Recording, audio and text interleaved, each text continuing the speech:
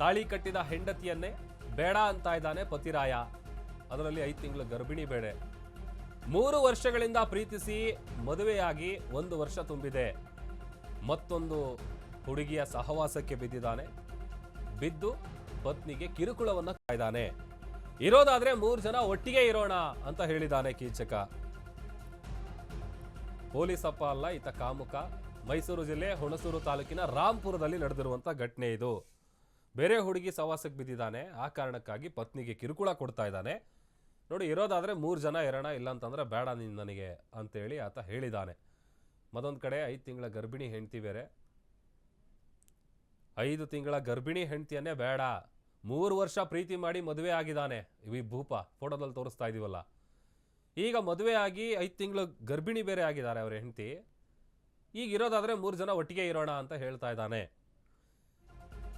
ಕೋಲಾರ ಜಿಲ್ಲಾ ಸಶಸ್ತ್ರ ಮೀಸಲು ಪಡೆಯ ಕಾನ್ಸ್ಟೇಬಲ್ ಈತ.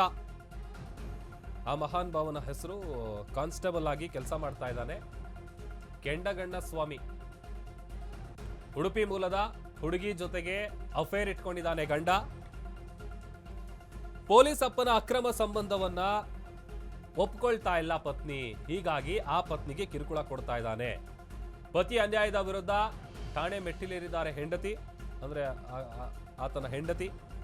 ಮೈಸೂರಿನ ಮಹಿಳಾ ಠಾಣೆಯಲ್ಲಿ ಗಂಡನ ವಿರುದ್ಧ ಕಂಪ್ಲೇಂಟ್ ಅನ್ನ ಕೊಡಲಾಗಿದೆ. ಕಾನ್ಸ್ಟೇಬಲ್ ಆಗಿ ಕೆಲಸ ಮಾಡ್ತಾ ಇದ್ದಾನೆ. ಕೆಂಡಗಣ್ಣ ಸ್ವಾಮಿ ಅಂತ ಆತನ ಹೆಸರು.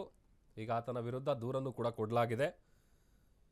ಪೊಲೀಸಪ್ಪನ ಈ ಅಕ್ರಮ ಸಂಬಂಧ ಏನಿದೆ ಅದಕ್ಕೆ ಪತ್ನಿ ಒಪ್ಪಿಗೆ ಕೊಡ್ತಾ ಇಲ್ಲ. ಅಂದರೆ 3 ಜನ ಒಟ್ಟಿಗೆ ಇರೋಣ ಅಂತ ಹೇಳಿ ಏನು ಈ ಕೆಂಡಗಣ್ಣ ಸ್ವಾಮಿ ಹೇಳ್ತಾ ಇದ್ದಾನೆ ಅವರ ಪತ್ನಿಗೆ, ಬಟ್ ಅವರು ಅದಕ್ಕೆ ವಿರೋಧ ಮಾಡ್ತಾ ಇದ್ದಾರೆ.